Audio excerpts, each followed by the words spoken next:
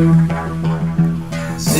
the word, chant the word, speak the word, dance the word, say the word, praise the word, feel the word, love the word, live the word, vibrate the word, shake the word, hum the word, breathe the word, whisper the word, sign the word, love the word, sing it now, sing the word, chant the word, speak the word, dance the word, say the word, praise the word, feel the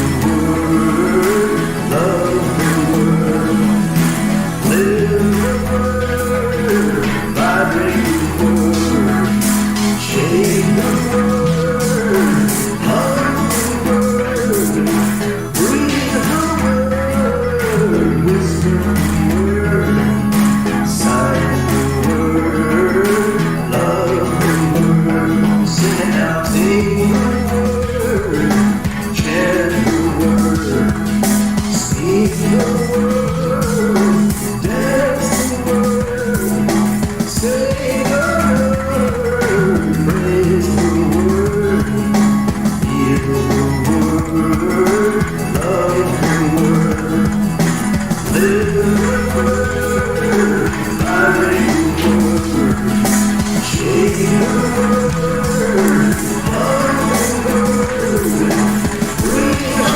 word, whisper the word, sign the word, love the word, sing it now.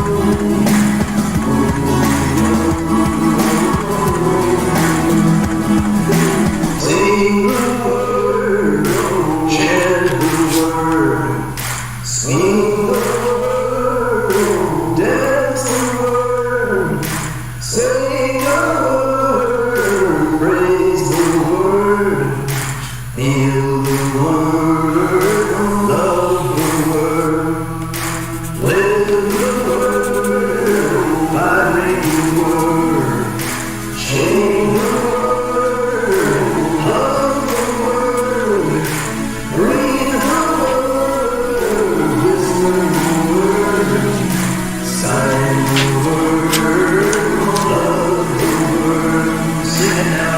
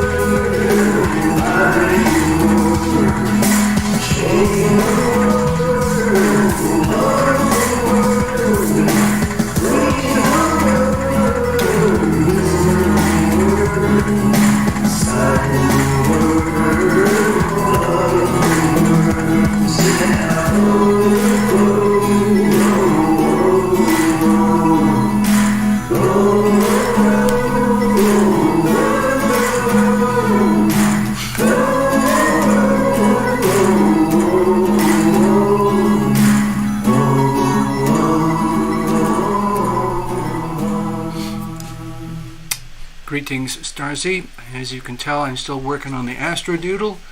I'll be with you shortly. Just chat amongst yourself. I don't see anybody there. It just looks like you're on your own. Oh dear, maybe it's going to be a very quiet night. Who knows? Let's have a look. I'm going to play Love is the Word.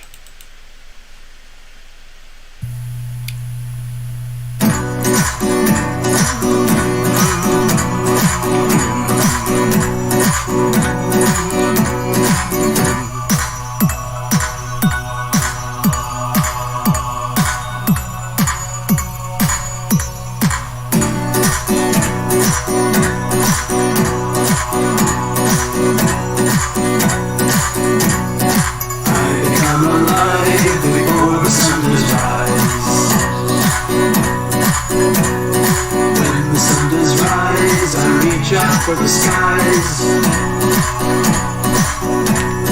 open my hands to welcome in the day,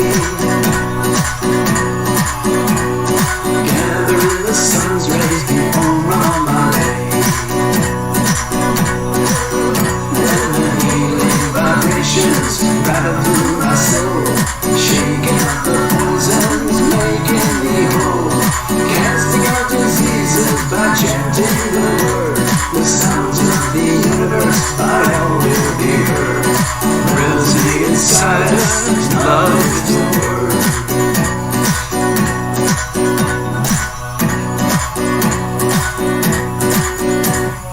Moving through the day, pray no accidents arise. Giving thanks to heaven that I'm still alive. Blessing my enemies, blessing the ones I love. Praying for forgiveness for any damages I've done. And the healing vibrations right through my soul, shaking out the poisons, making me whole, casting out diseases by chanting the word. The sounds of the universe by all will be heard. Inside us, love is the word.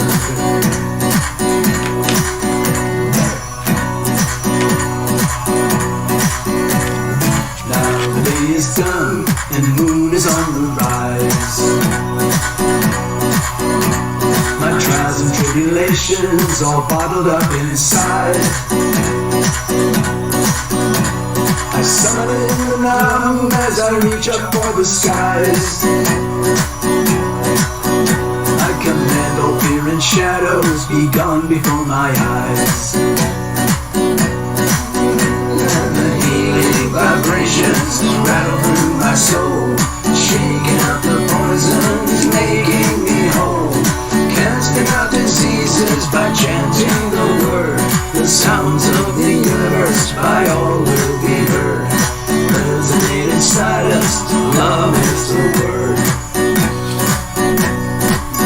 And the healing vibrations rattle through my soul, shaking out the poisons, making me whole, casting out diseases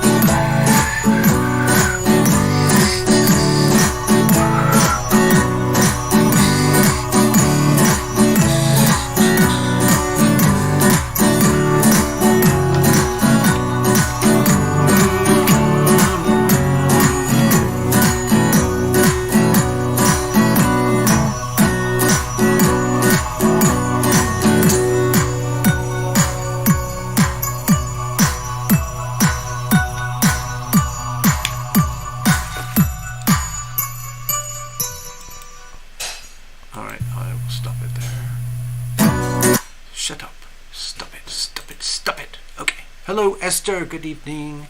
Hello, Starzy. Good evening. Thank you for being here. Otherwise, it would be a very lonely place. Just put these away. See if I can just get on with things over here. Okay, so today, earlier I was just doing a reading for Bubba. He was here at the very start of the show, and I thought, you know what? He can get a courtesy reading just for free because he's Bubba.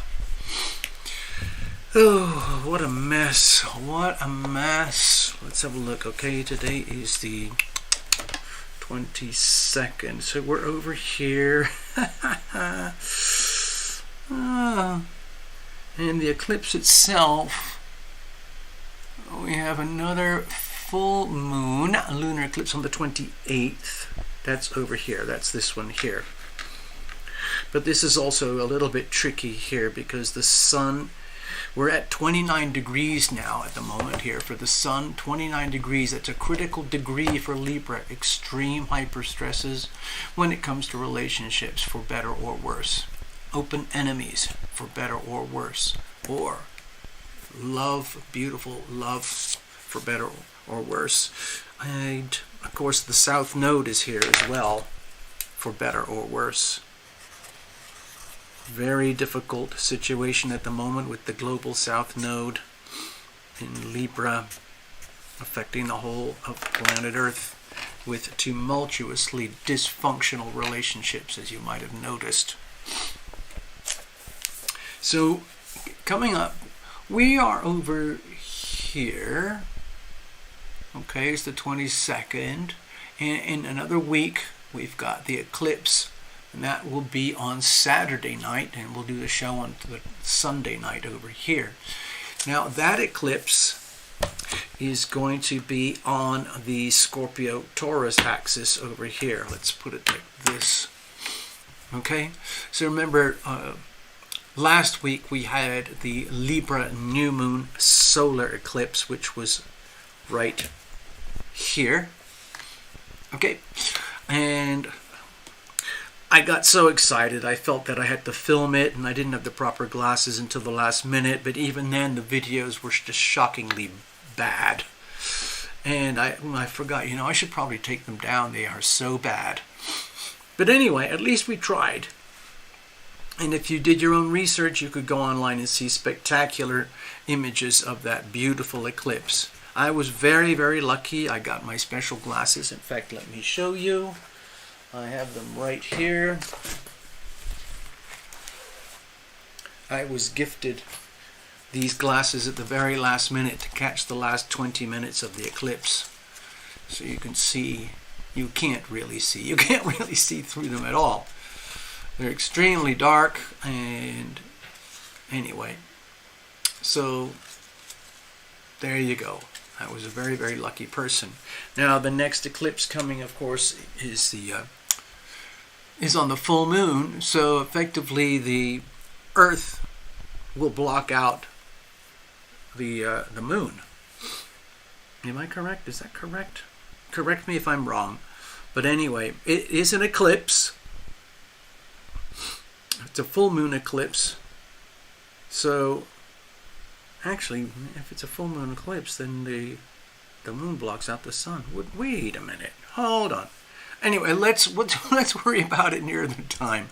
I'm getting myself very confused now. So that eclipse, in 1 week from now, this axis is going to light up. Okay, the Taurus-Scorpio axis. And again, we're going to be looking at global financial instability, extreme instability, which is, of course, something I've already mentioned many times over and over. And then we've got the other video, which I've already kind of posted, about November 13th, which is the Scorpio new moon eclipse over here. So it's not an eclipse, pardon me. God, excuse me.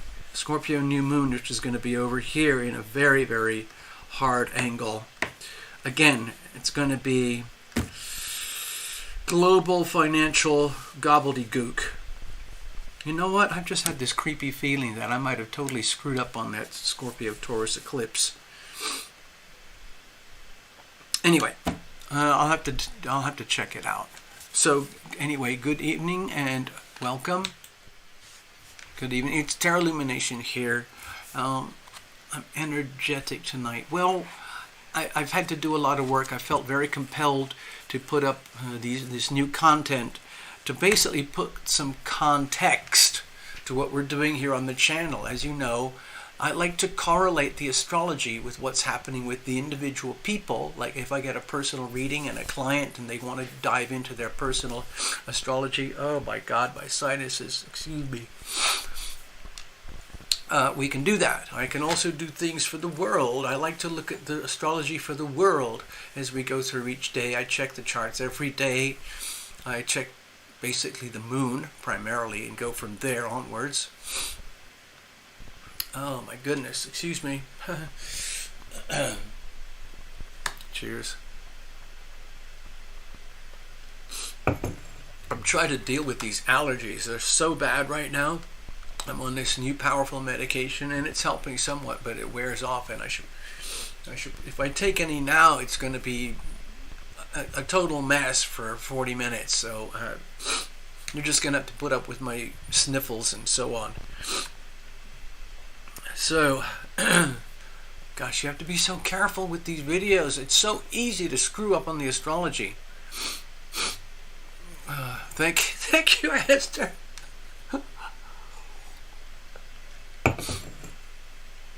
Anyway, what I did earlier, tonight we're just going to hang out and maybe we'll do a couple of readings or something, and I'll put some notes for you regarding the astrology for the evening.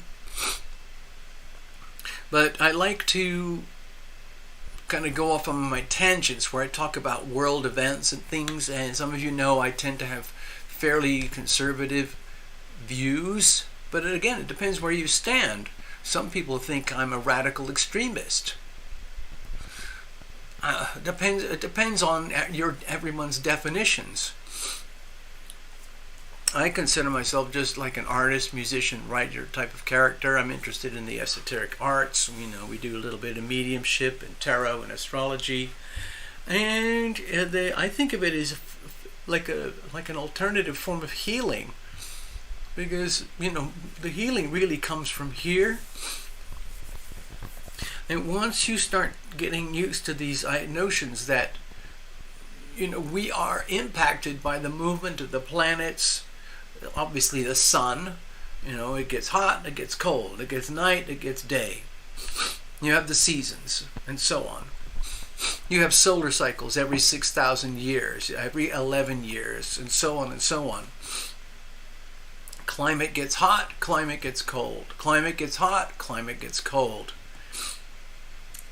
And we're living in a particular chapter right now where people are going berserk about climate because we're reaching the very tippy end of an 11-year cycle where things very regularly, very predictably heat up. And then they get to a crescendo and they get really hot, and I feel that's going to be in 2024 and perhaps into 2025. And then everything drops off a cliff to start the new 11-year cycle. So it might be that the climate arguments and the climate people may lose a little bit of momentum in their arguments. Personally, I see their arguments as a way to manipulate the global economy in their favor so they can have more power, money, and control. And it sounds like they're doing a great job to save the earth and everything, which is great. I would love to see the earth very, very clean and have beautiful air, beautiful water, beautiful land, beautiful oceans, beautiful nature. It's just a little bit tricky when you've got nature itself going through these cycles, and we also happen to have 8 billion people who like to burn fuel, and that changes the conditions, again, for better or worse. Does anybody remember early March? I think for me it was like March 4th or something like that of 2020, just after the key date of my world famous book. I'll just show you. There. World Wealth, Money, Finance, Global Restructuring, January 2020. The book is actually still available if anyone's interested, and it's highly relevant to today. Basically, it puts a timestamp, very specific timestamp, on a moment of global catastrophic impact, especially in the financial world, in the way that we would experience something that could be interpreted as a bomb. And that's what happened. It landed around January 2020, and you know what that bomb is. It was actually a little tiny bug.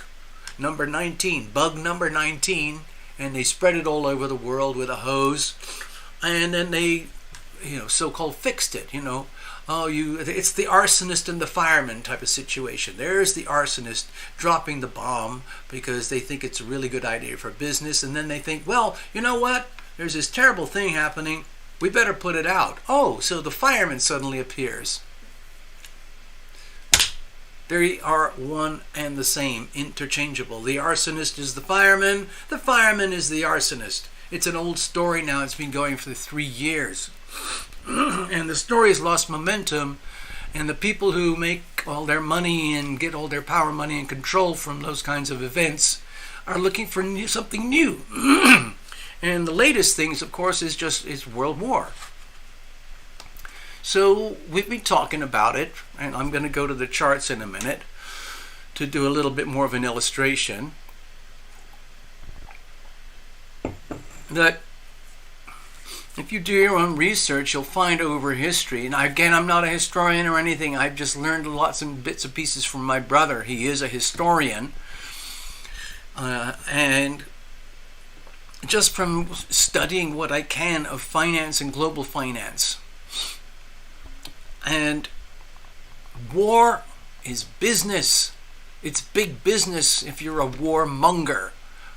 And there are people who benefit and profit from war. And I thought, you know what? Because I keep gibbering about this stuff and trying to convey like covert messages about what's going on without getting my channel hacked and ruined. And I thought, well, I'm always doing this, like, we're talking to the people at the very top of the pyramid of power and money and control and ownership of the world, the people who own the world, people who run the world. There's the people at the bottom, and then there's the banks and the bankers and so on. Then there's mainstream media and all of that. Then there's politicians and governments, and then there's the big global institutions, and at the very, very tippity top are the banks and the banksters and so on. And I thought, let's put names to it and faces and all of that. So that's why I made those 3 videos. You might have seen them earlier. It's called Who Are They? I'm doing parenthesis. Who are they? Because we're always talking about they, them. Who are those people out there who are doing all this? Who's benefiting? And so on and so on. So I invite you to go and watch those videos. I had to put quite a lot of work into it, and I did the best I could to do a decent presentation. And I think it's really important to know your enemy. You got to know your enemy, at least to me. I mean, I'm not a globalist, okay? If I was a globalist, I would have a completely different channel.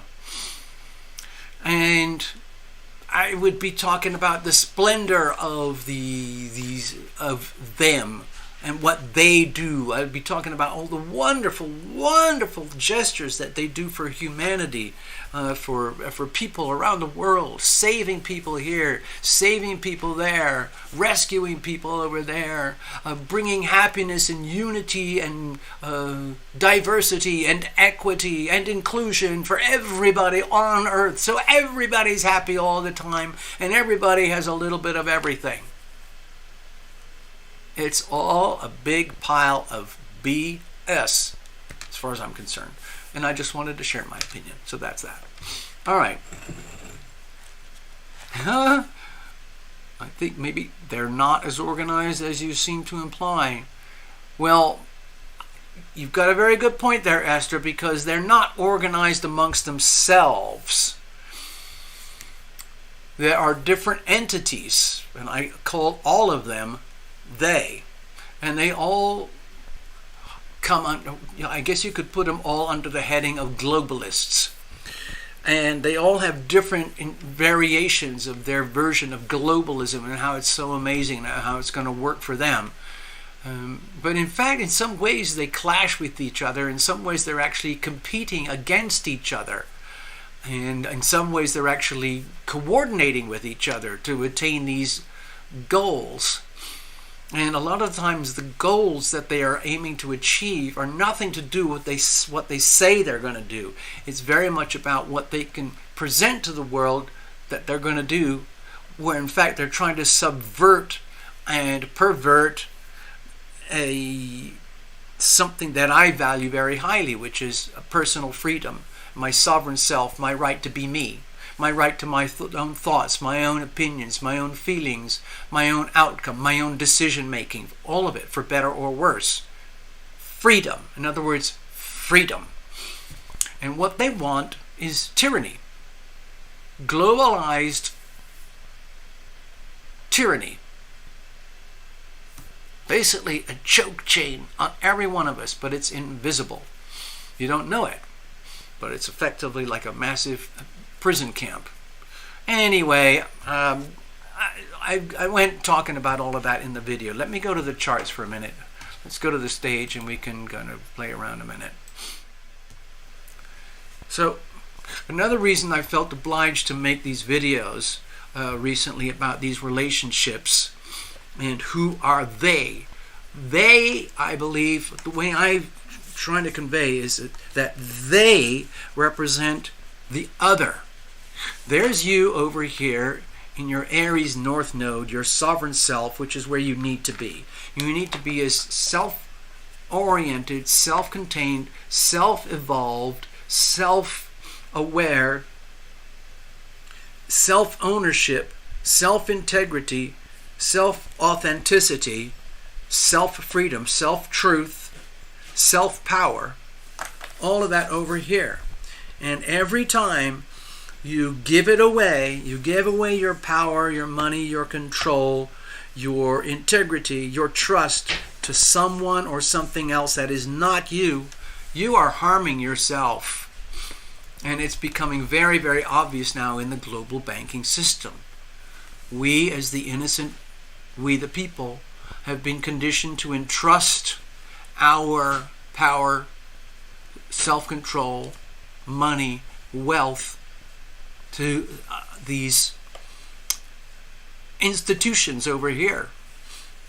The relationships. I'm not saying that defining the institutions themselves. That would be over here in Scorpio, the 8th house. I'm talking about the relationship between the other entity. The other entity would be, theoretically, your best friend. In other words, your banker, your wealth fund manager, your retirement pension fund manager, your savings account manager, your asset manager, the people that you trust to take care of all your wealth and organize your belief system in such a way that it works for you so that you don't have to think, so that you don't have to be responsible for your own life. In other words, you outsource your life to someone or something else. And that's not good. It's not healthy. It's very important to be you. It's very important for you to be you. Claim your identity over here. And the world is having a big problem right now. As you can see from this massive, massive global T-square. Let's just do it like that so now you can see it. Here is the T-square itself. There you go. This is a 90-degree angle. That's a hard square. This is a 90-degree angle. That's a very hard square. This is happening for the whole of Earth right now, and that's what I see is that the whole of Earth, all the people on Earth are in incredible state of stress with their fundamental relationships with especially institutions and organizations which are made up of people that are not themselves. And so this is what I'm calling they. Who are they? Who is the other? Who is the other party? What is that other party? And so I made those 3 videos. Okay? So I really hope that helps you to understand what I'm talking about on a global scale. It's a very, very hard angle. The globalists, as represented by Pluto 27.5 degrees, and eventually it's going to be Pluto 29.5 degrees. That's going to be the crisis point. Let me see if we can actually find it. Is it this year? I don't think so. 28, 20. Oh, it is. Oh my gosh. Well, it's almost. Right towards the end of December, we are going to have Pluto at 29 degrees. Right over here. So we're going to reach a crisis point at the end of the year. We're already building up to a crisis point on a particular date, which happens to be the 5th day of the 11th month of this year. And that happens to be a very, very important date for America and the leadership of America, and figuring out who the next leadership organization and persons are going to be for America. And if you look at the astrology, it's the polite word is a mess. Okay, it's going to be a mess. Whoever wins is going to say the other party stole it. If they win, they're going to say they stole it. If they win, they're going to say they stole it. There is going to be no agreement on any kind of fairness. Hello, Maria. Good evening. I'm probably not going to be here long tonight. I might not even do any readings because my whole allergy sinus thing is kind of bad. I might be able to do one or two. Anyway, this is the trigger point right here. If you can see this on my spectacular Astrodoodle. Here we are. The Sun is in Libra at 29 degrees. Mercury just went into Scorpio, so it's effectively the same place. And Pluto's at 27.5, so this is an extremely tight, very, very hard square. So guess what? It highlights the incredible stress and pressure and dysfunction of what is not working in global relationships. So guess what? What does that look like? Where it's so bad, this astrological angle here is so bad that it's turning into WAR. Let's just write it here.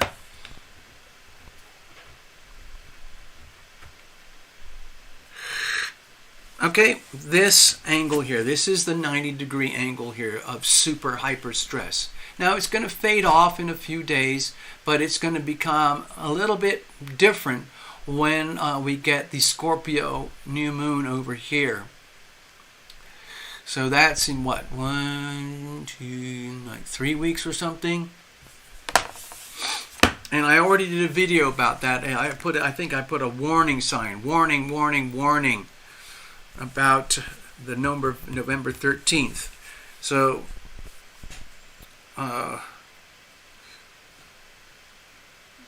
actually it's November 2024, right? Anyway, sorry.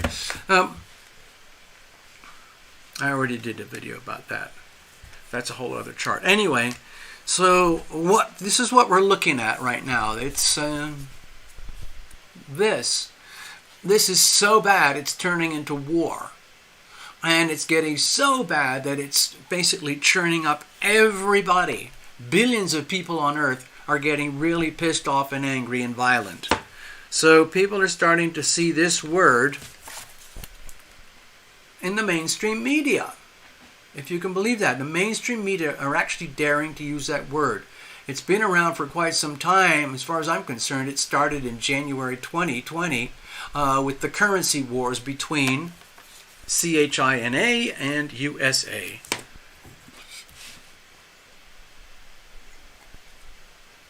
But today, right now, this is war. The powers that be want to maintain their power and money and control. and it has highly dysfunctional relationships with anything and everything outside of them that does not comply with their version of how the world is supposed to look. Let's just say this represents the globalists, and they have a certain agenda, and then there's a whole bunch of other people who want to see the world in a different way. And typically what people do is they blame other people for their problems. Like, we could do that. A lot of problems for people are, a lot of problems are caused by nature. Recently it's been flooding, fires, hurricanes, tornadoes, volcanoes,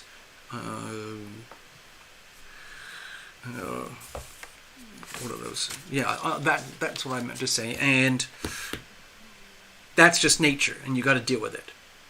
And of course, with 8 billion people, there's a lot of people who have been very, very badly damaged by naturally occurring phenomenon. What I'm talking about here is the dysfunction between people versus people. And it just so happens this is triggering some very, very difficult energy inside of myself personally, because I have serious trigger points right here and right here. I was born with them. So if you look at this as a transit, it's like a, it just happens to go ding, ding, ding, ding, ding, alarm, alarm, alarm, alarm bell, ding, ding, ding, alarm, alarm, alarm, alarm, alarm bells. So I take this very, very personally, and it just happens that way sometimes. There are other people who might not be noticing any of this. They might not care at all. What I feel is that in general, most people are noticing that gasoline is much more expensive and food is much more expensive. If you are in Argentina right now, your whole economy is collapsing. Yes, Esther, counterclockwise. Ticka, ticka, ticka, ticka, ticka, ticka, ticka, ticka, ticka, ticka, ticka. Yep. Argentina is collapsing. Their economy is completely imploded, just like Venezuela, just like Zimbabwe, just like Tehran, just like Turkey, just like Sri Lanka, just like a lot of the Sahel region over here, just like I believe Ecuador. There's a few other places over here and here. Economies imploding, just completely imploding. But that's nature. That's people versus people. People abusing their power. The reason Argentina is imploding is because for the last 20 years or so, they've had an extreme, hardcore, radical left-wing communist type of leadership that presents themselves as loving, caring socialists who want to help you. But in fact, the leaders, all they do is print money to basically pump it into the economy and feed it back to themselves for their own aggrandizement at the expense of their own people. So it's very, very destructive. Basically, the leaders and the rulers of Argentina have destroyed their own country. They didn't have to, but they did. Because the reason they destroyed their country is because the way they got elected is by declaring, vote for me and I will save you. In other words, if you're poor, don't worry, we're going to take care of that.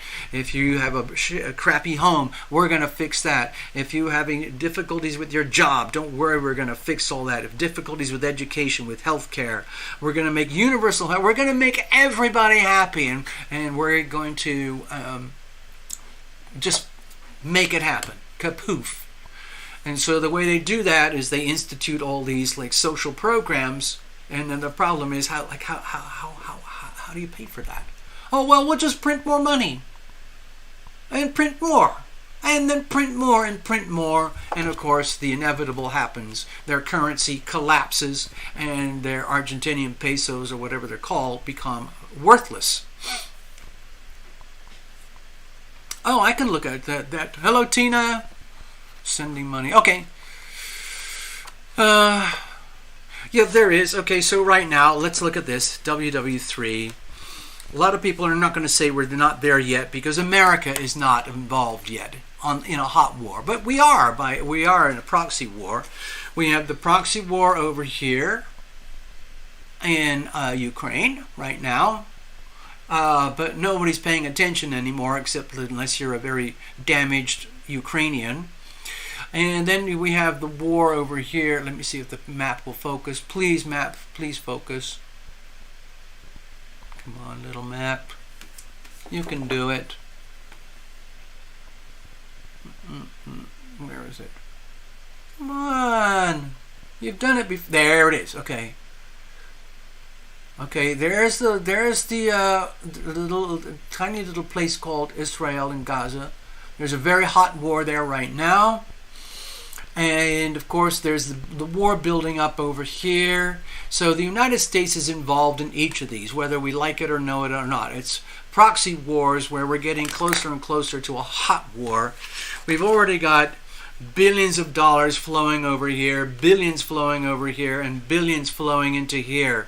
So there's 3 regional wars, and they're all growing simultaneously. And they are not theoretically on our home turf yet, but believe me, I'm going to make another video about it. But America is flooded with sleeper cells right now. Sleeper cells, that basically means domestic terrorists in the form of CCP, Chinese and Russian and Iranian and basically all the people who hate America. They're in here right now waiting for the signal to go for it. They've already been doing a lot of practice and rehearsals, destroying infrastructure, firebombing food places and farms and killing animals and blowing up trains, blowing up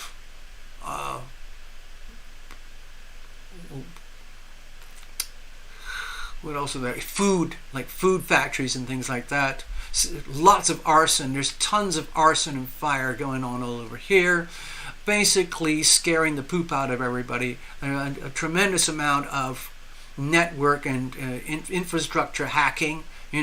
Basically all these sleeper cells are testing the American infrastructure to see how easy it is to take down America, because America is enemy number 1. Okay. So right now, what do? Of course, there's Grandpa Joe is the commander-in-chief for all of this.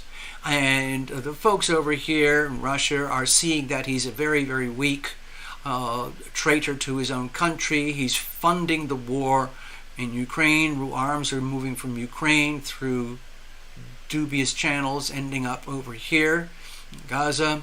He's sending money to Iran. I mean, it's just shocking what's going on. This is like, okay, I got another video about this one coming, but I haven't done it yet. So the obvious so-called enemies of America would be Iran, China, North Korea, and Russia, okay?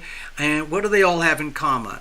They are extreme, hardcore, dictatorial, tyrannical, totalitarian regimes that operate like thugs. They're basically, however you want to justify it, with theology or culture, communism, Islam, or Muslims versus Christians, and so on and so on. It's just basically a bunch of people who hate each other. And as the astrology shifts along and moves, we're reaching a point of critical mass. We're already at a point of critical mass here. So it's like a compression to the point where you can't take it anymore and it explodes. It's just like what happens inside a diesel engine. You keep compressing the diesel fuel inside the piston until it goes BAM! And it just explodes. Don't cash the check to Iran. Yeah, I've heard about that. So we'll see what happens. But anyway, there's some very, very disturbing stuff going on across the world. There's a war here, there's a war here, and there's a planned war over here. So the Americans are sending arms and money over here. They're sending arms and money over here, and they're sending arms and money. They're really building up in these Southeast Asia over here right now. I've been doing a lot of homework. They're not talking about it in the mainstream, of course, but there's tremendous buildup of pressure here because it's inevitable that China is going to strike. Okay, so there's China and there's little tiny Taiwan. Taiwan is about the size of Rhode Island. You know? Anyway. So those are the hot spots. Enemy number one is over here, especially the conservative American patriots who abide and who cherish this thing back from the 4th of July, 1776. This is very special. There's nowhere else in the world that has this. I think we're very, very lucky to have it.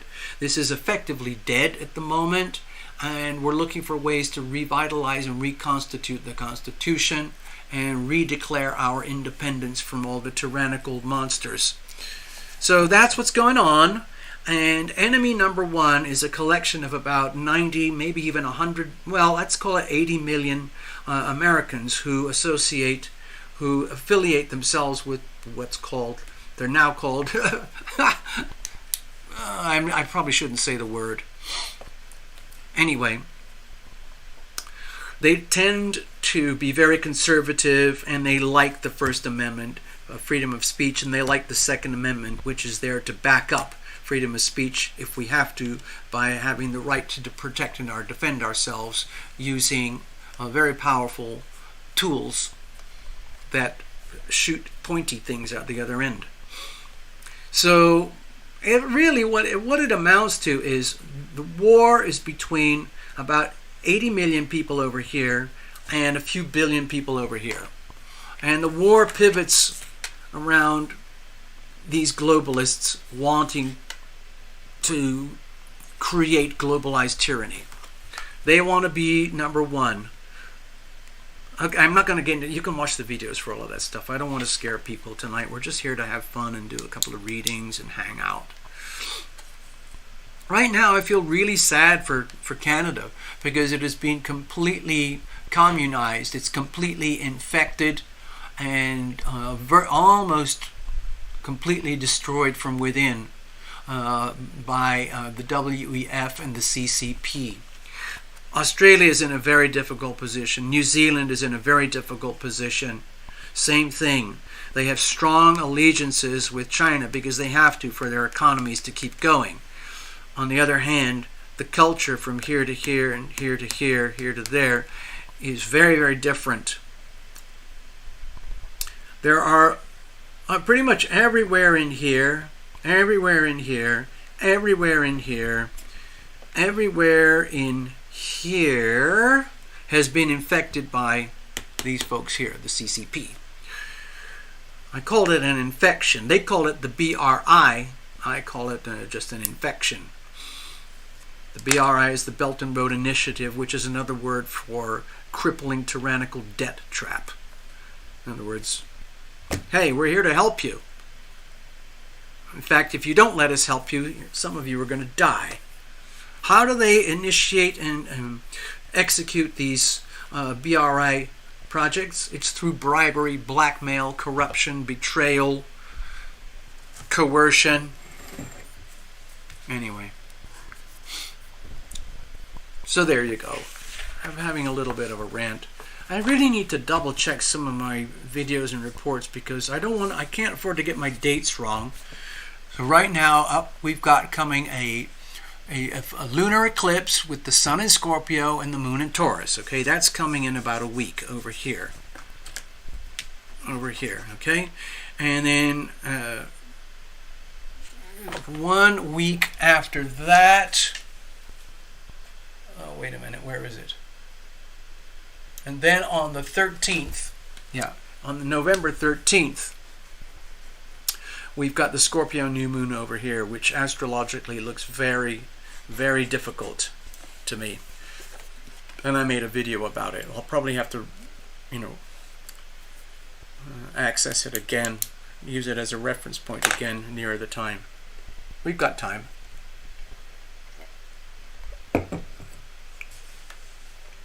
Now somebody said they put something in. Okay, thank you, Tina. Thank you very much. Thank you so much. So let's put up. Gosh, Tina, it's been very, let's say, the eclipse has been very active for you, let's put it that way.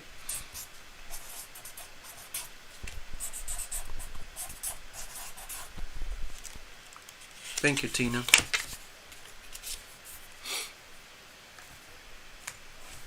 Let's go over here for a moment. There, I have to make an apology. Hold on, let's have a look. I learned some new tricks. Well, let's put it this way. I am trying to learn new tricks. Sometimes it's really tricky to run a YouTube channel. So I'm trying to learn healthy tricks, like new ways of doing things. Excuse me.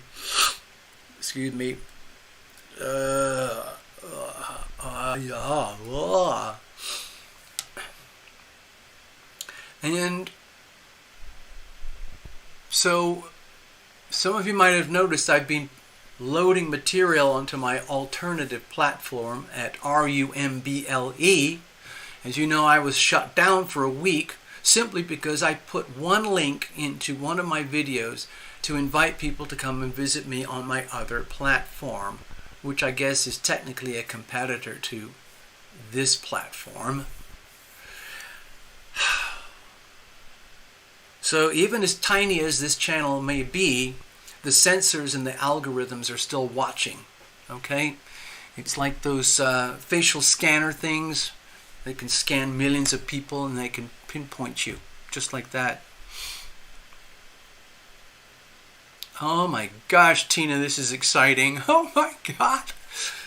So let's put this aside. Thank you very much, Iced Tea.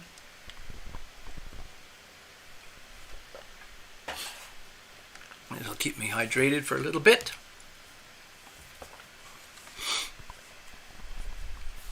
So we're going through these, let's say, pretty stressful astrological chapters at the moment. We just had one last week. That was the solar new moon annular eclipse. Some people were very I was one of the lucky people who got to see it live in real time in person. Fantastic. It's pretty rare to, I mean, you only get to see a few of them in your lifetime. So I was very lucky to see that one. We've got the eclipse coming up this coming Saturday. And then we've got the Scorpio new moon on the 13th of November. And so you've got all these things like one after the other, and it's quite stressful on the planet, on we the people.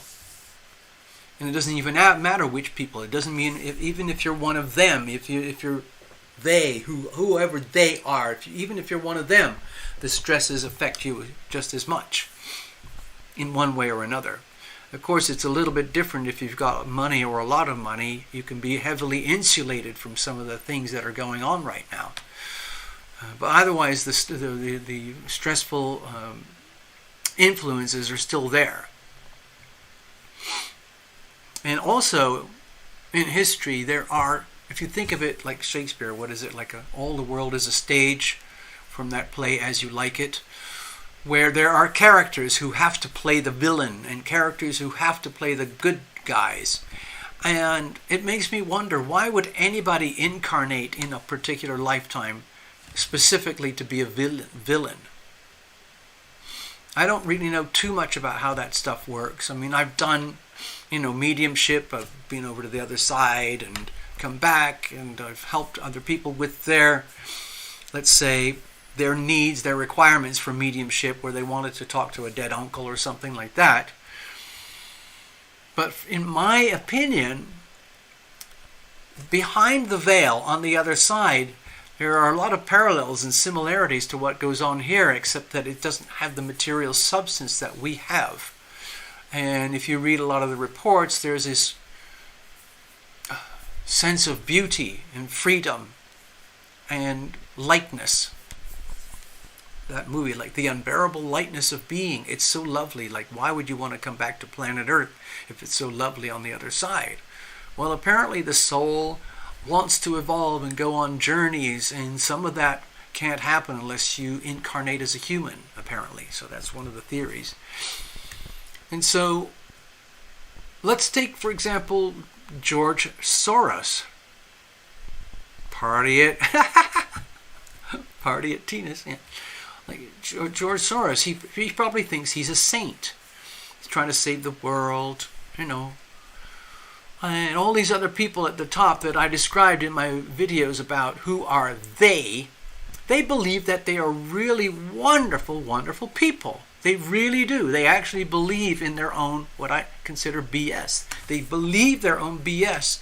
They have managed to create these incredibly powerful auras and images and entities and enterprises and NGOs and so on. Foundations, the WEF and so on. They're very big and they're very powerful and very influential. But from my perspective, they represent EVIL. That's the creepiest thing about it all. The creepiest thing is that it's presented to us, we the people, as something beautiful. Something really, really beautiful.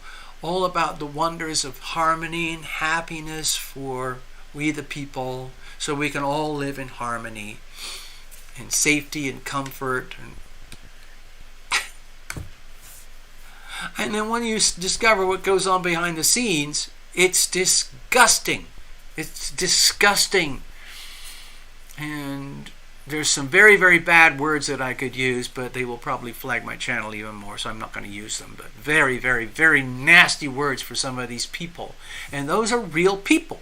They are real characters who have incarnated in this lifetime to be part of them. To be part of, who are they? Those, them, the people at the very top of this worldly power. Now, power in this world doesn't necessarily translate to power in the great beyond, in the other world, behind the veil.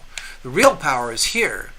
You can deliberately choose to be happy in here, despite what's going on around you. It's very difficult sometimes, like if you're being physically tortured, manipulated, victimized, abused, impoverished, crushed,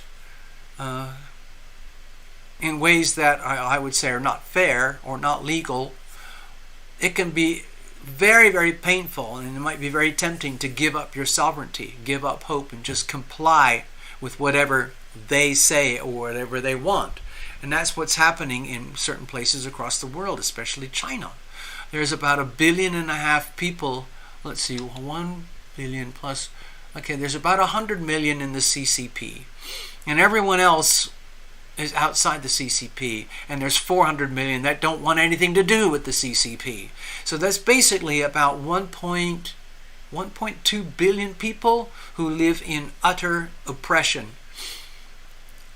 And there's really not much they can do, so they lose hope. Some of them, I'm sure some of them have found ways to be happy from deep inside, but as a population, hope, love, faith, family, belief in like God, heaven, your guardian angels, it's been destroyed. So a lot of people over there live in a void. It's completely hollow. It's been stripped out of them. It's very tragic. And they did it. They did it. I'm talking about the bad they. Because that's how they profit. Anyway, it's a little bit scary. I should probably just get on with your reading, okay, Tina? It's very exciting. Thank you for sharing all this with me, Tina. Okay, I'm going to go to the stage. Just over here. Give me a second. Got to get organized. Oh, I forgot. I got completely sidetracked there. I got very absent-minded. I was telling you about this trick. So over on the other platform, RUMBLE. Oh no, I'm sorry, I'm getting confused. It's on this platform. It's actually here on YouTube. There is a way. There's a way that we can stream live. In other words, live stream like we're doing right now, instead of having just me like preaching to you guys and just a one-way dialogue with a little bit of chat on the side. There's a way to do it where we can hang out in person.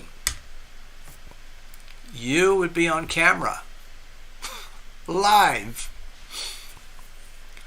I haven't done any tests yet. I stumbled on it by accident, and I tried to do it today, and I'm going to have to erase the video because I was trying to do something. I thought, what? So I just went for it. I thought, let's just do it. And I had no idea what I was doing. So it's a mess. So I'll probably just have to remove it. But I'm just letting you know. Please do not be surprised if you get in one of those TarotLumination emails an invitation. We could do a test. We can do a test. We'll invite a handful of, well, basically anybody who wants to show up. If it works the way I feel it, the way I understand it works, and the technology works the way I understand it works, what we can do is we can set up basically what amounts to a live, real-time meeting with the TarotLumination channel here, okay, with people from anywhere in the world, live in real time, and then we can stream it live at the same time. This is brand new to me. So I thought I'd share that with you. Basically, I'm daring you to join me. I dare any of you to join me. Hello, Necessary.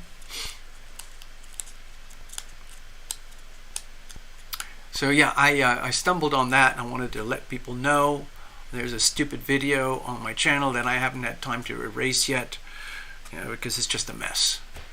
But it's a phenomenal discovery. I'm sure other people do it all day, every day, and I'm just ignorant. I only just found out. But anyway, it's kind of a big deal, and I'm eager to test it and try it. But it needs, I guess we could start with one person, someone who's willing to go into a very, let's say, open dialogue, where you'd have to be very, very careful with your language. Because as you know, I'm constantly skating right on the borderline of being shut down. So I can't risk a TarotLumination guest that gets me into trouble. So anyway, we'd have to do it we'd have to meet up beforehand to see if it would possibly work at all. Anyway, let's get over to the stage and let's get on with Tina's reading. All right. So Tina's already booked, bought and paid. Thank you very much. Let's get over here. I'm going to put this aside for now. We might need it later. Let's create some space. Bubba was here earlier. He was supervising, and he gave the clearance that we're ready to go, and so he's gone off and he's in the control room managing everything right now. I don't really need to give him a reading because he's above all of this anyway. All right, Tina.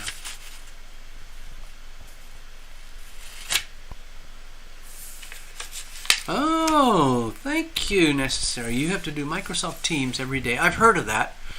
Microsoft Teams, that's a similar tool to... Okay, Necessary, thank you very much. Let's just keep it like that. Yeah, thank you, Necessary. We'll do that test one day. Bubba. Bubba is very sensitive. He's very alert. He watches everything. All right, Tina. Here we go. So, you are absolutely in the thick of it right now, Tina.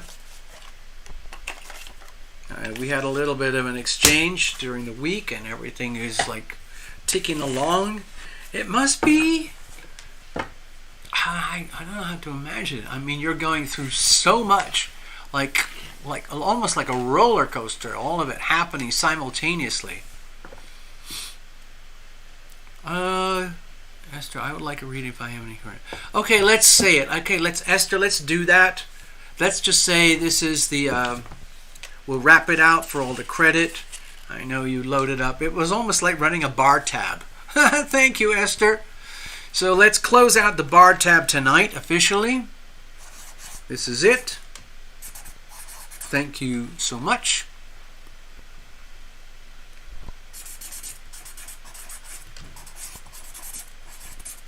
And there we go.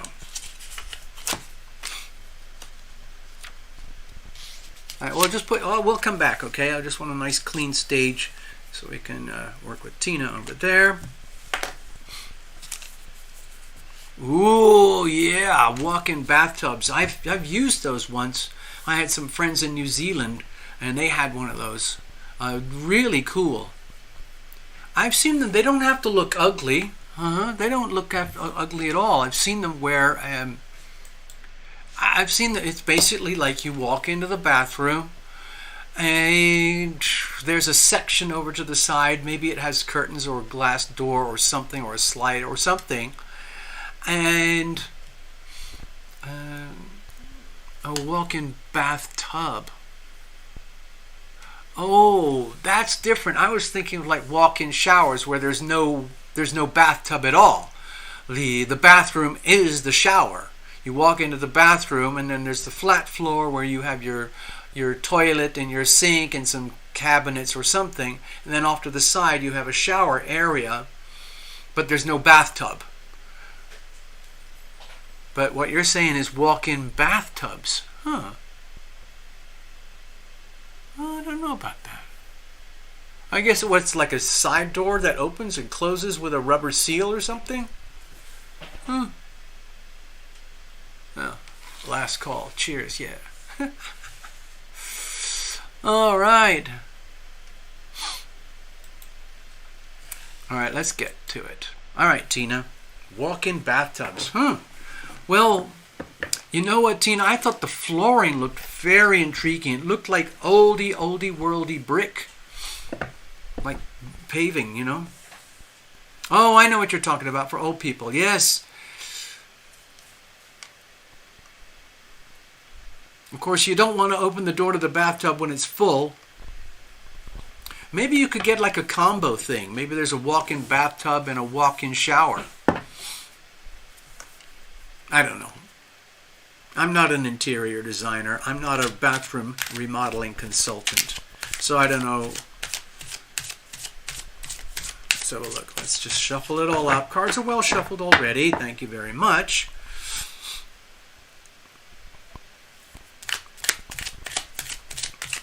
But of course, I like to go in real time so that everybody's a witness. Yeah, very, very awesome.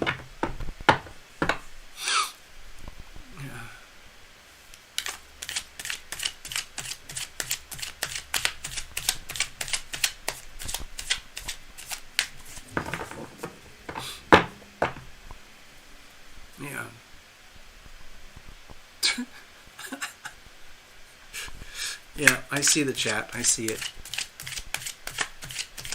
All right, let's bless this deck. Bless every single card. Thank you for the artists and the manufacturer that made this, and the original Rider-Waite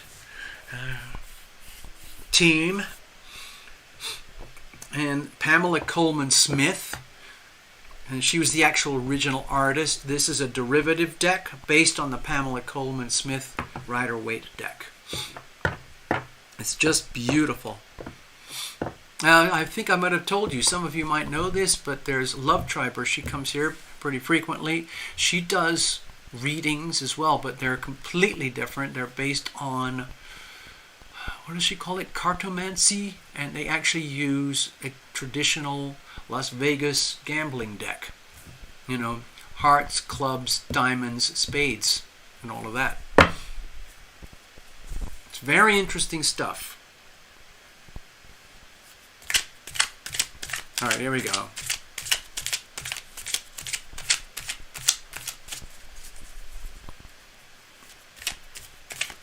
All right, Tina, let's have a look. Let's just leave it all wide open.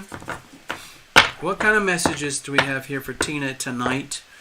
She's going through a lot. Housing, work, no work, money, stuff, things, eclipses. Of course, you know, that would be normal with eclipses. A lot of perhaps upheaval. End of one way of life, beginning of another way of life, whether we like it or know it or not. What does it look like, you know? Anyway, here we go. It's magic, people. Magic time.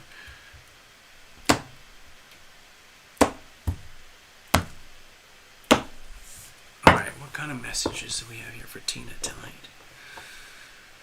Oh gosh, I really do miss Path Traveler. What a wonderful soul. Nadine was an inspiration to all of us. She was like a spark of light. She was a very, very bright light.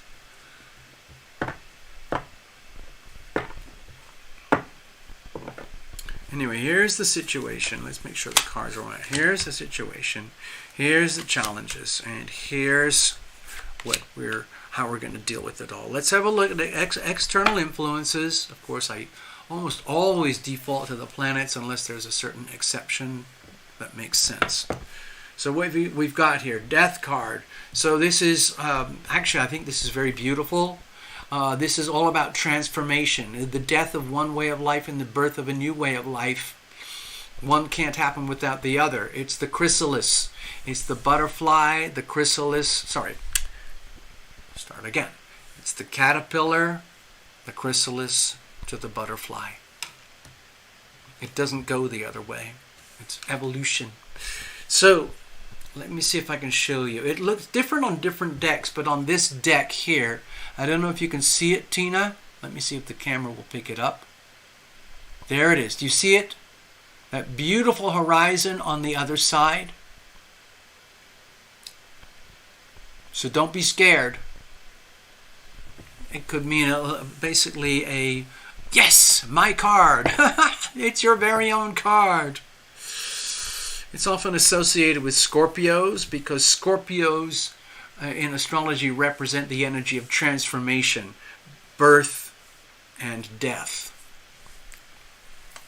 The phenomenon of bringing one human being to another human being, they commingle and they create another human being. It's the most freakish, mind-boggling phenomenon that I can think of. You know, there's earthquakes, volcanoes, fires, hurricanes, psychic mediumship, remote healing and everything.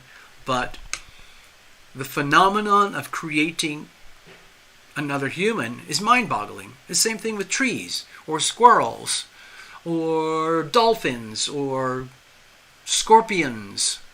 The process of reproduction is just a staggering thing.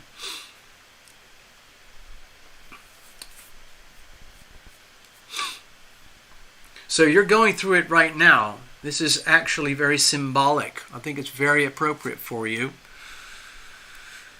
And it's very much to do with evolution because you can't get to the next step without basically the old. It has to die. It has to die. So it's what's happening. This is very appropriate with what's happening with America right now. America is going through the death card right now.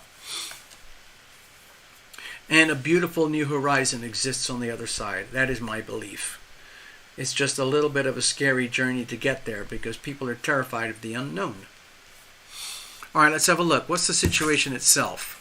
Dun-dun-dun-dun. Okay, this is very exciting. It's the Five of Wands. Yes, it's very challenging. You have created this challenge for yourself, and you will grow from this. And it's literally like what happens when somebody deliberately, I guess, puts themselves into the vortex of growth, expansion, challenge, and exercise. Think of it perhaps as an athlete that goes into training in order to succeed in a future event or something like that. And no one is here to hurt anybody else. It's like games playing where, it's like soccer or football or tennis or sport or something where a lot of energy and intellect and craftiness and instinct and intuition is all operating simultaneously to achieve a certain outcome, knowing that there are obstacles in front of you. Like if you're jogging or if you're doing marathon running, the obstacle is the distance. Can you survive the distance? If you're a tennis player, or if you are on a swim team, or if you're in like a team sport, like soccer or basketball or something like that, it's very exciting. It demands a lot of energy. It's going to take a lot of energy out of you, but there's a meaning and a purpose to it all. And ultimately, it's for your benefit. It's for your growth. And it's a result of making deliberate decisions to dive in to the environment that is so challenging. There are very few people like you, Tina, statistically speaking. Very few people have the nerve, the courage to do what you're doing, live the life that you're living, the way that you do it.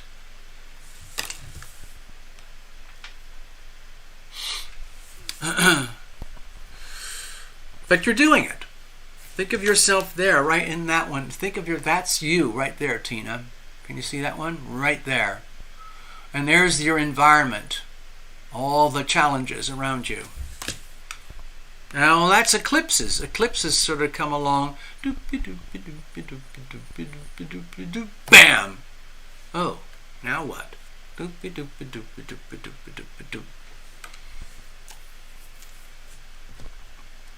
All right, what are the challenges here? Of course, there's many, I'm sure. Let's have a look. Oh, okay. Well, with the King of Swords here, my feeling the challenges going forward are, let's say, overcoming your fear that you don't have enough, let's say, absolute power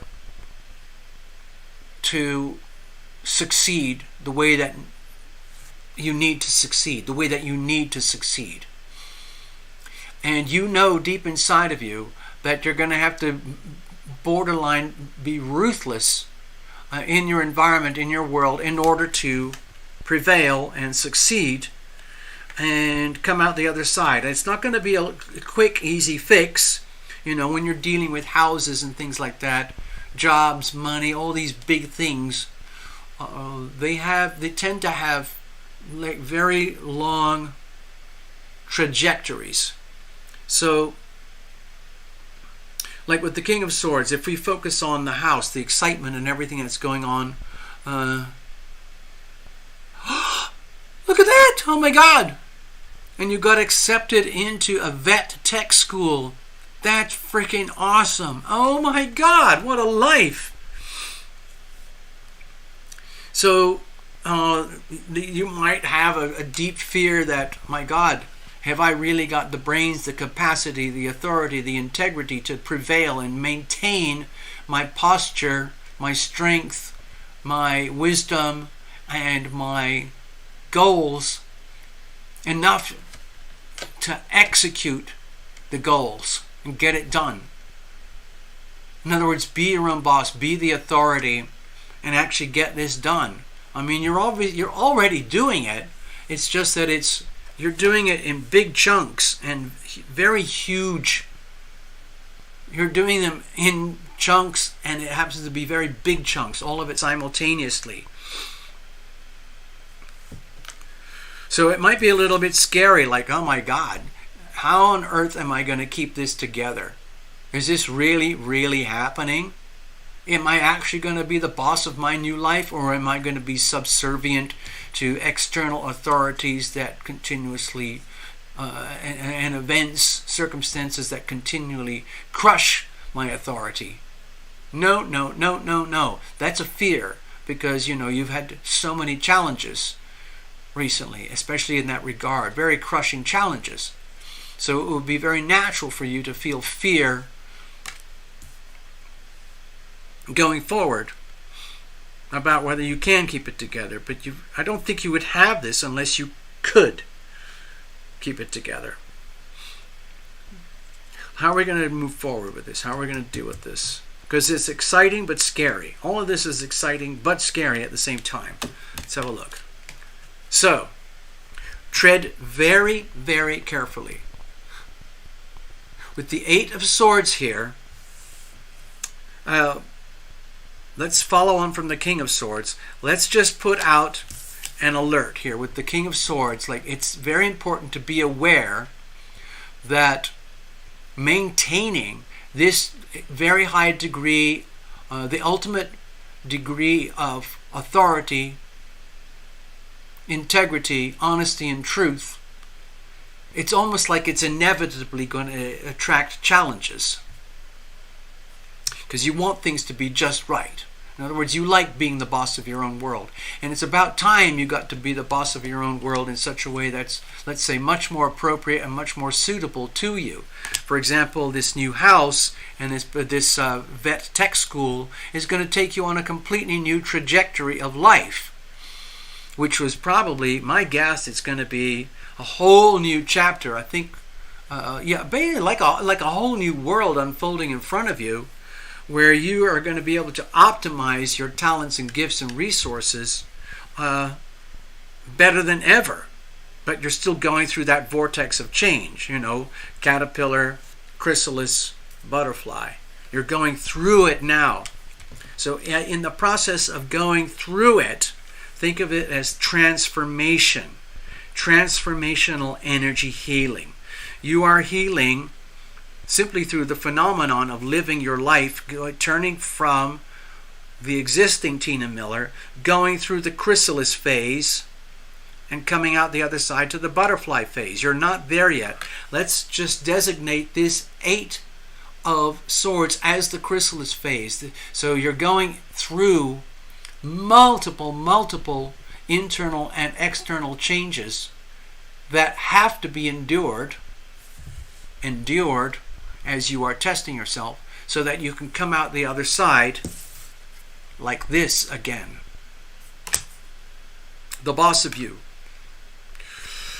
So that no one else is the boss of you. So the Eight of Swords here would represent multiple challenges, a lot of them in the mind, fear of this, fear of that, fear of that, fear of this. But intellectual challenges, maybe the vet tech is very challenging. I don't know. Maybe the paperwork on the closing of the property is very challenging. But either way, I see this as mostly psychic, mental, intellectual challenges that have to be dealt with very, very, very carefully, one step at a time, very gently, very carefully, without rushing anything, because you're already in such a surge of momentum going forward. It might be an idea to kind of take a few breaths and kind of go, okay, we're looking at a new life, a new world. You can't just flip a switch. You have to go through the chrysalis phase, to go through the transformational energy healing. So that would be this. So if you're aware of that, then it doesn't have to be so crushing or scary or painful. You can realize that, I just have to solve this, solve that, solve that, solve that, solve that. And that could be like a phone call, a negotiation, a meeting, reading some paperwork, examining, getting a legal opinion or a financial opinion on something, doing the homework for the vet tech, studying, getting everything exact and perfect so it's just right. And then coming out the other side just fine, because you're kind of going in blind. You've never done that. You've never done vet tech before. You've done houses and stuff before, but you've never done anything like this before. So basically, tread very, very carefully. I'm not saying you're going through this going blind. All you have to do is be aware that the challenges that lie ahead as you go through the chrysalis phase may not come in any predetermined manner or expectation that you're already used to. In other words, you might face intellectual challenges that are new to you as you go through all this. But you'll be fine, because once you know that you're being challenged, then you can deal with it head on, okay? So you're not a victim, okay? And you'll come out just fine. Alrighty. So, let's put that aside. Thank you very much, Tina. We're going to move on. We're going to do a mini reading for Esther. Yeah, we're going to close out the bar tab tonight. Thank you so much, Esther. You've been very kind, very generous, very understanding. I get a little bit overexcited here sometimes, and I go off on my tangents and rants, and I get myself into trouble. But I love coming here on Sunday nights and hanging out with everybody. It's like my sanctuary. It's like my little retreat. I know we're not here in person, but it's very meaningful for me to be able to do this with you. Oh man, I'm so excited for you, Tina.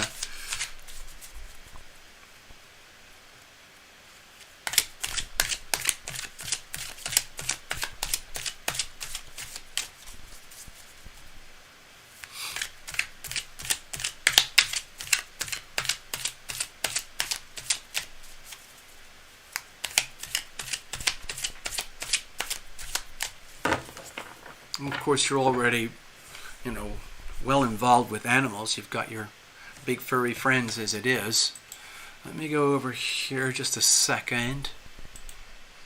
Thank you, Tina, for that. That was a very invigorating reading for me, the way I felt it.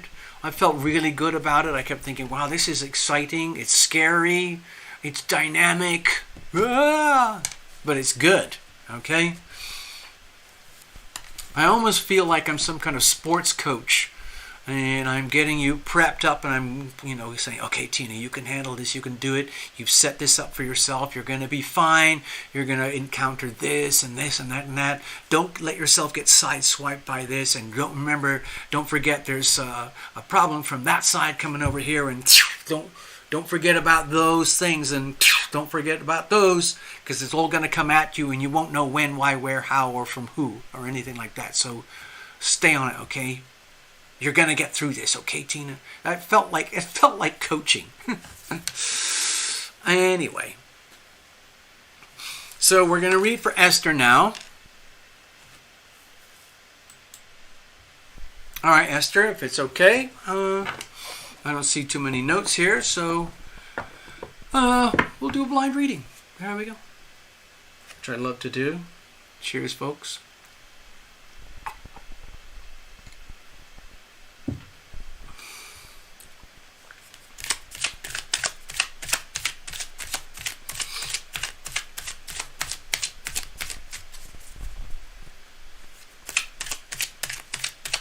I think I just shuffled all this pretty well, but we're doing it live for Esther, real time, okay?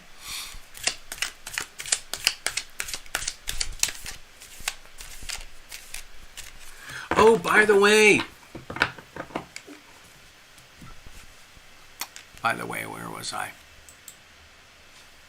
Dear Necessary Truth, I just wanted to say thank you for your notes earlier today regarding my wacko amateur spontaneous live stream, letting me know that you actually were there, you witnessed it, you could affirm that my voice was audible, you could see the images, and it was happening live in real time. I just pressed a few buttons, so I thought, wait, what is this? Oh, this is so cool. I couldn't resist. I thought, I'm just going to do it. Click. And it started working, but I had no idea what I was doing. It was like, it's like trying to fly a fighter jet when you don't even know how to make a paper dart. But anyway, thank you for letting me know that you could see it and hear it on the other side. Thank you so much. Alrighty, Esther. Oh, sorry, wait, give me another second, Esther. I want to wrap out something with Tina here. So Tina, my wonderful dear sister, she's actually retired now.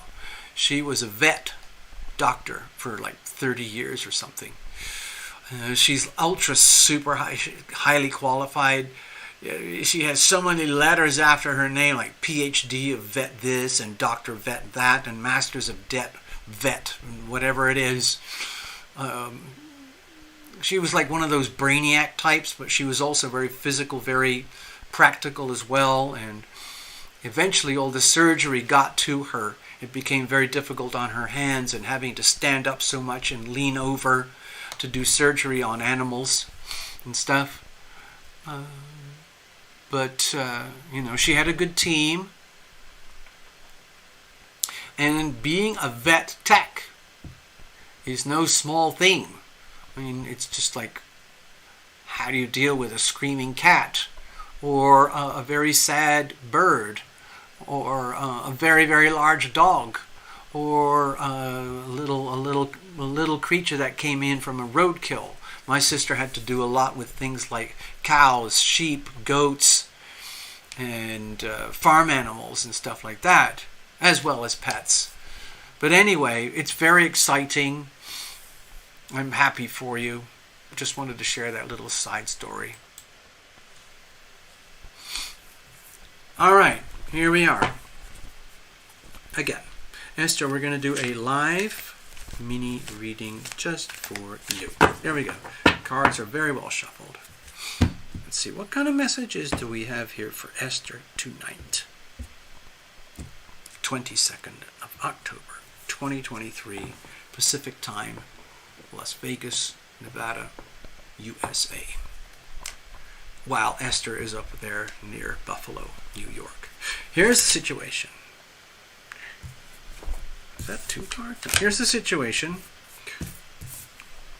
Here's the challenges. And here's how we're going to handle things, okay? So, anything can happen here, all right, Esther? We'll just see what comes up. And let's have a look at external influences. I'm probably going to default to the planets. So, we've got the Nine of Wands here.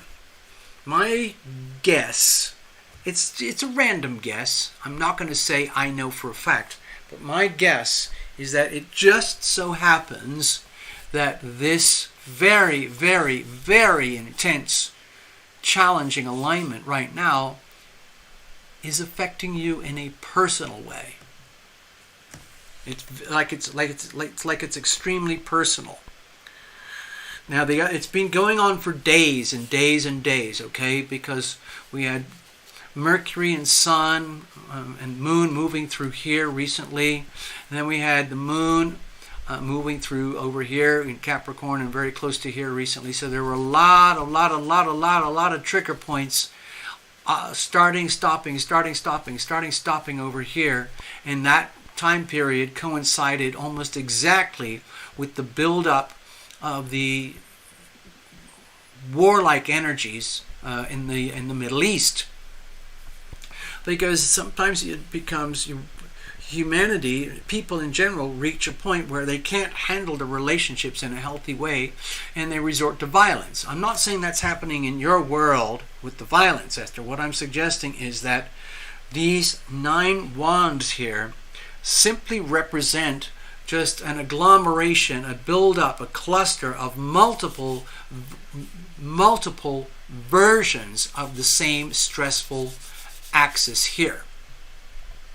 So we've never done. I don't think have we done a personal reading. I don't think we did. I can't remember. I don't store readings in my head, so I don't remember. But anyway, let's just say what I'm sensing here with the 9 of Wands is that this particular astrology of this moment here tonight is affecting you in quite a personal way. So you might, whether you like it or know it or not, you might have certain astrological aspects that are being triggered by these particular challenging aspects here. These are the really tough ones. Here, here, and here. There's another tricky one here, but it's a very quick one. It's based around the moon. the moon in a very hard square with Jupiter. So that might be an emotional thing, but this is the big tough one. So for example, earlier in the show I declared that I have some personal aspects that are being triggered very, very stressfully by these particular bits of transiting astrology. And it's just personal. Everybody, not everyone's going to feel it the way I feel it. Sometimes things happen that are very beneficial to me, but they're very stressful for other people.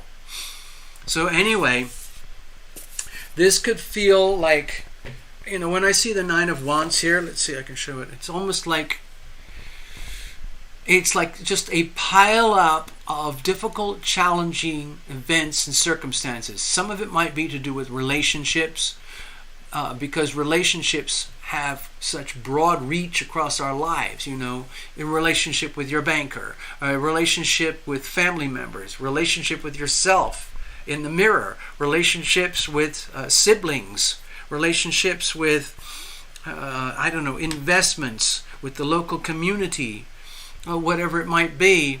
And there's something stressful about each and every one of them, to the point where it's just like, oh God, it's just stress. Okay? You're holding up okay, and you're witnessing it like, well, this is my world. Okay?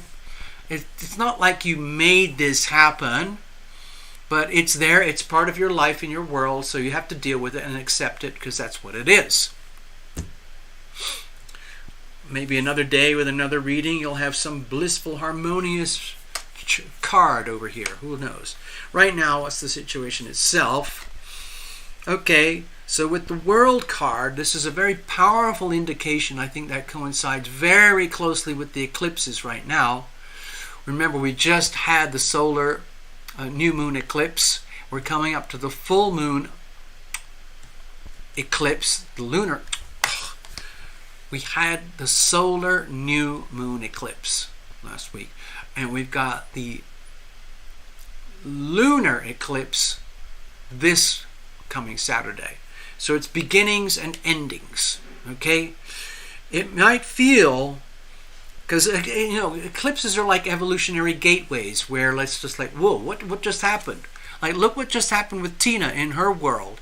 Huge shifts and changes in a very compressed time frame. And that's happening right here for the whole world. So, for example, with yourself, Esther, you might have some very sensitive parts in your chart at the 27, 28, 29 degree Libra mark, or the 27, 28 degree Capricorn mark. Who knows? And that could be anywhere in any of the houses, depending on your personal astrology. This is just the transits for what's happening right now. But of course, you have your own personal astrology, and then this would overlap and impact your personal astrology, as though this has an impact on your chart. Like if we had both charts operating simultaneously, I could show you. But that's a very deep dive astrology. I can't do that here. So, the way I'm sensing this with you, Esther, is that this might not be exactly very obvious for you right now. It might be something that you might feel like when you're going to sleep at night, or when you're waking up in the morning and you're in those twilight zones, where, what do they call it? When you have lucid dreaming and things like that, where you are aware that you're a physical person, but you're also aware that you are a spirit at the same time, and that your spirit is sensing that there's the end of an old life. Like there's your life, tick tock, tick tock, tick tock, tick tock, tick tock, tick tock. It's over, and a new life begins. Tick tock, tick tock, tick tock, tick tock. That's classic eclipses, and it's a beautiful thing. It's like it's the same feeling. It might be a little bit sad in a way, because, okay, hold on, Esther. Have you ever gone through that experience where you're like you have a movie that you really love, or you've got a TV show or a radio show or something that you really love. Let's say it's an episodic TV show and it's finished. You've watched season 1, episode 1, 2, 3, 4, 5, 6, 7, season 2, episode 1, 2, 3, 4, 5, 6, 7, and you lived through all of it. And now you've reached the last episode of the last season, and you already know it's just like, oh my God, this is the last episode of the last season. What am I going to do now? It's that kind of feeling, like it's the end. It's the end of a book, like your favorite book, your favorite movie or something. And then it starts all over. Hello, Bubba, you're looking very guilty. I'll be right there, Bubba. So, don't be scared. It's just endings and beginnings simultaneously. All right, let's have a look. Let's go back.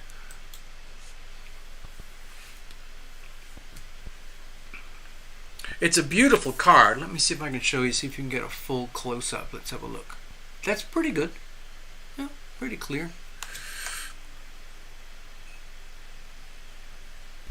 Now, what are the challenges with all of this? Hello, Fluffles. Fluffles, no more readings tonight. I'd love to, but I'm kind of burnt out. I've been very busy, and I've got a lot of sinus stuff going on and whatever. All right. Oh gosh, did I already put you on a deferral from last week? Anyway, I've got to get on with things. I'm reading for Esther right now. So, Esther, let's have a look. What are the challenges here? Because this is kind of epic. You don't have to share any details if you don't want to, but probably deep down inside you know what we're talking about. Let's have a look here.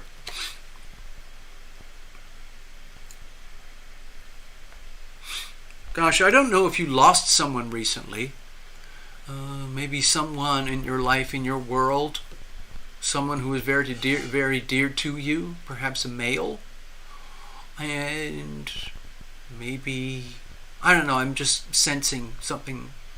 It's pretty extreme, all right, what I just said. I don't want to hurt any feelings or anything. But it could indicate something like that. So with the King of Cups here, my feeling is like this could be such a, okay, you haven't. Okay, so with the World card here, these are big cards, all right? So with the World card here, if you're going through a sensation where there's a chapter of life where it's lived, you've lived it, you've done that, a life well lived, okay? But what's next? What now? What now? What now? And there's a question, there's like big question marks. How are you going to maintain the flow, what I would call the flow? You know, sometimes I talk about the healing power of love. Consider it as a flow. Like we'd like to invite, we ask for the healing power of love to fill our body from up above. We ask for the healing power of love to fill our mind from up above. We ask for the healing power of love to fill our heart from up above. We ask for the healing power of love to fill our soul from up above. So we're just completely saturated in love. If you think of love as an energy field, like a life force, you're probably aware of it, all right? So, and it works best when you're consciously aware of it and you ask for it by invitation. So much of what we do as people is done on autopilot, and we have action and reaction. Somebody pisses you off, you get depressed or angry. You piss somebody off, they get depressed or angry, and so on, whatever it is. But there's different ways to operate. And we can get to chapters in life where we start to really, really doubt whether there is this magical thing called love. Does it really, really exist? Is it just a concept that we talk about to try and fool ourselves that everything is great and wonderful, where, while at the same time we're looking at a finite world where everybody is born and then they live and then they die. Repeat, repeat, repeat. And there are a lot of YOLOs out there. YOLOs. You know YOLOs? I'll see if I can do it. You only live once. YOLO. YOLO. There are a lot of YOLOs out there. And they think, well, I'm born, I'm going to live, and then I'm going to die. And that's the end of it. And my feeling when I see the King of Cups here, because that represents the mastery of love, the mastery of being able to invoke love into your life so that you own it, no one can take it from you. And then as a custodian of the healing power of love, what do you do with it? You can own it, cherish it, nurture it, and it can grow out of you like an aura.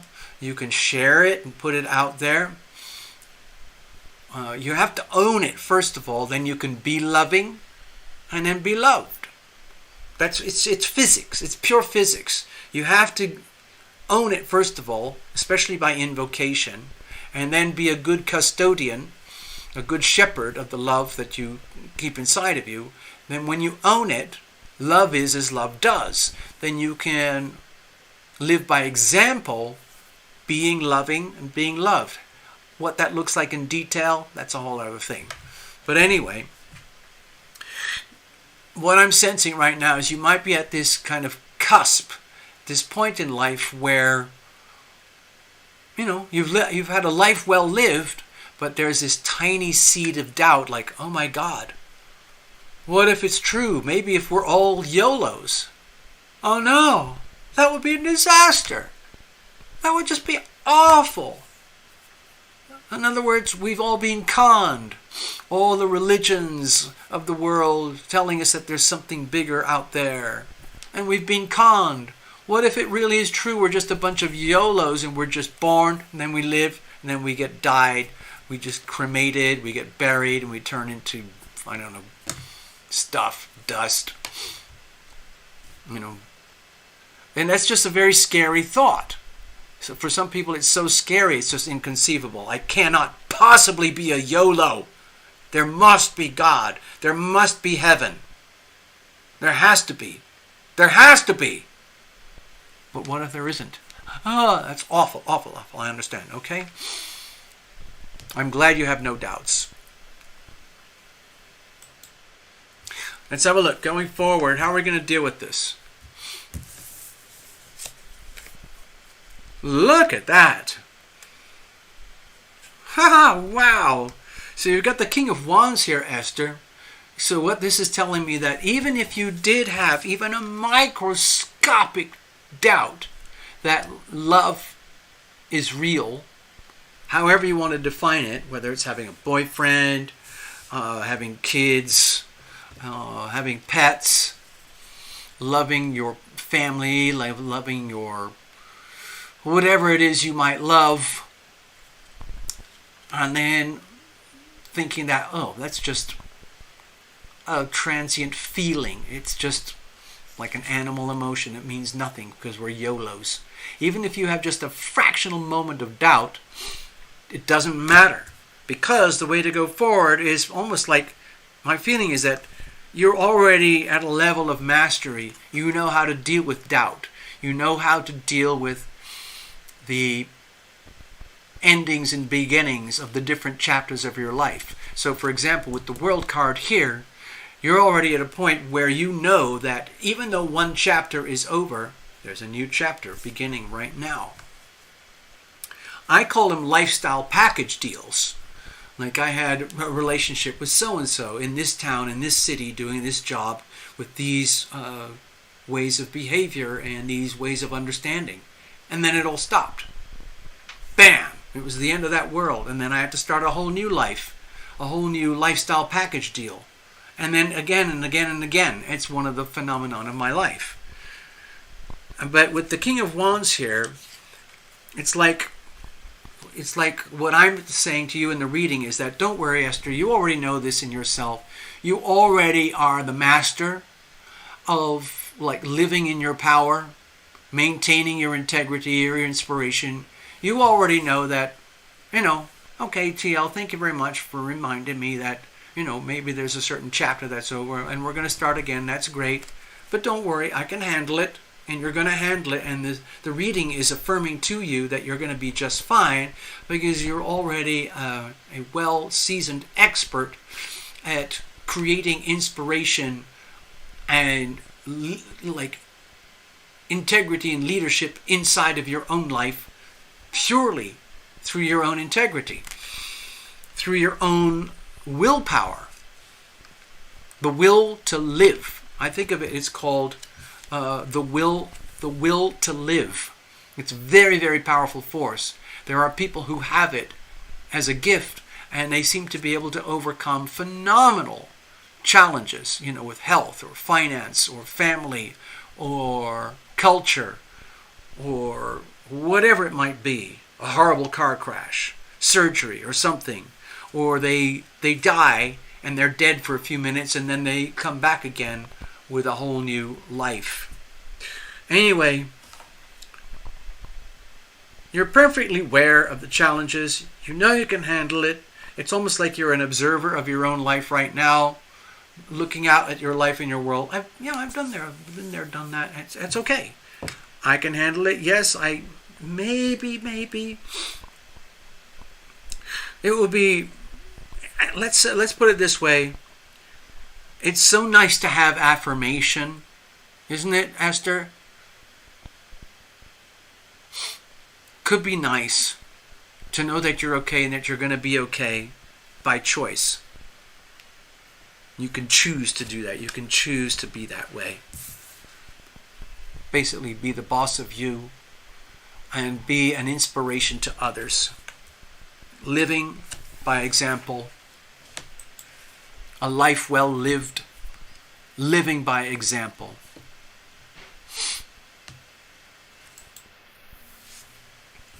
That's kind of an inspiring reading the way I look at it.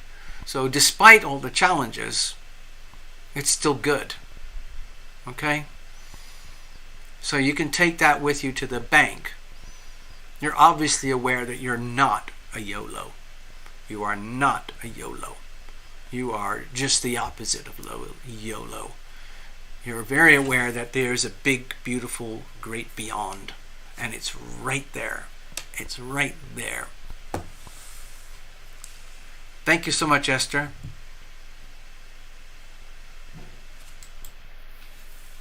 Okay, what I'm going to do is clear it up here, okay?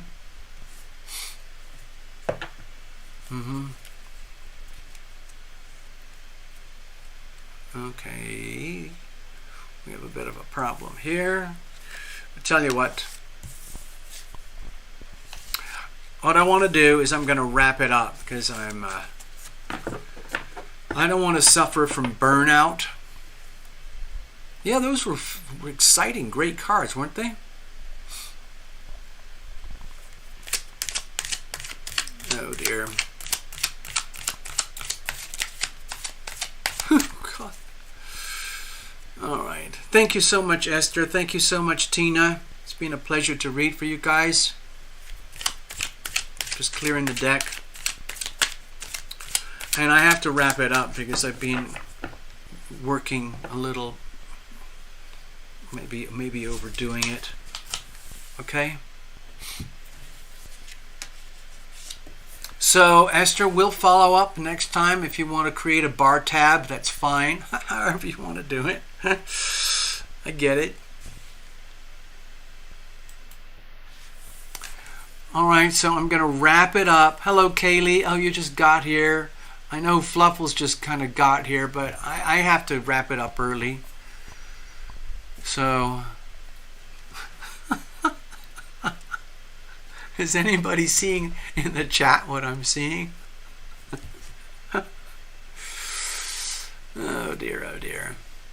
All right, so I'm going to play a song for the ladies. This is just a fun song. I wrote it years ago. I had some connections in the music business, and I thought, wow, they might like this song. I wrote it from the perspective of a woman facing modern life, and it's called Hey Oh, and it's a very, very defiant song.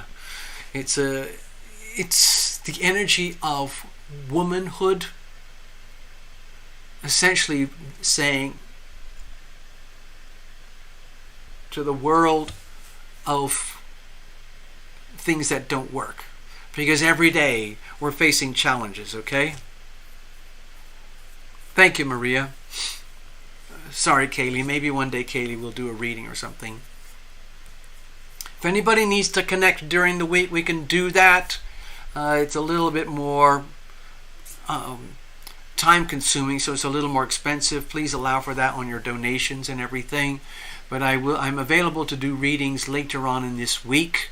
Meanwhile, tonight I really have to kind of wrap it up, so I'm going to play a little song for you, and you'll see the screen change into the swirling globe of our home. And when I see that come up on my monitoring system, I will know that the transmission of the actual show itself is completed, and after the blue planet starts swirling, I can effectively shut down the show because the lag time is so extreme now. Okay, I have to find the song. It's called Hey Oh, and this is for the ladies. So I encourage the ladies to get up, shake it up, dance it up, and think of yourself as a Russian Cossack dancer. That's the way to dance with this kind of song. It's because of the beat. You'll hear it. Okay? Here we go, folks. No, I got the wrong. There it is. Okay. Super duper.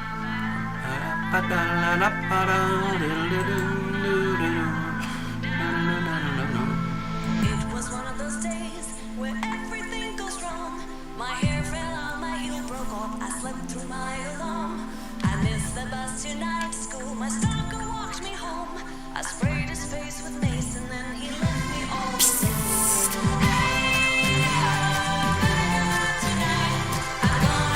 Stress away until the break of daylight.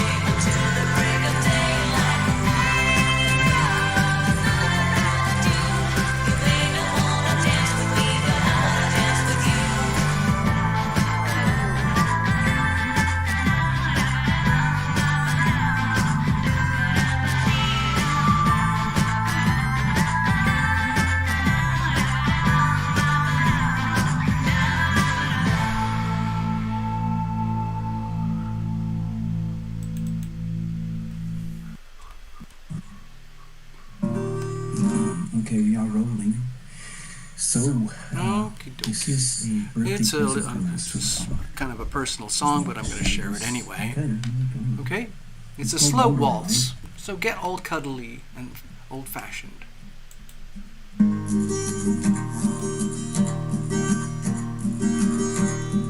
dear, this is my birthday present to you, to celebrate the day that heaven made you. It's remarkable that we both found one another. And the day we set out on our transformational ride with each other at each other's side, it soon became evident that we are both changing. And it's such a wonder ride, my dear. Yes, it's such a wonder ride. Hold on tight, tightly, my dear.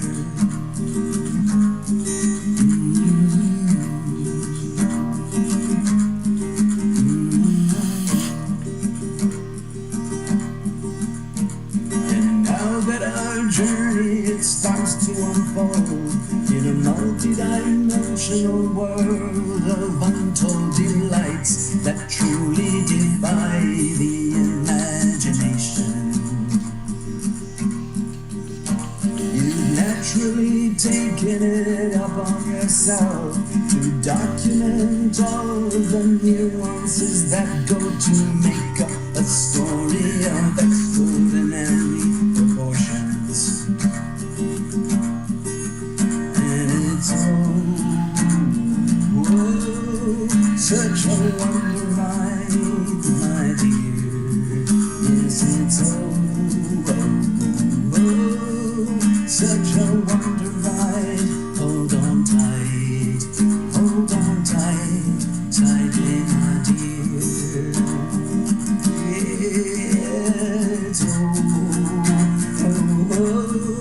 It's such a wonder ride, my dear. Yes, it's such a wonder ride. Hold on tight, tightly, my dear.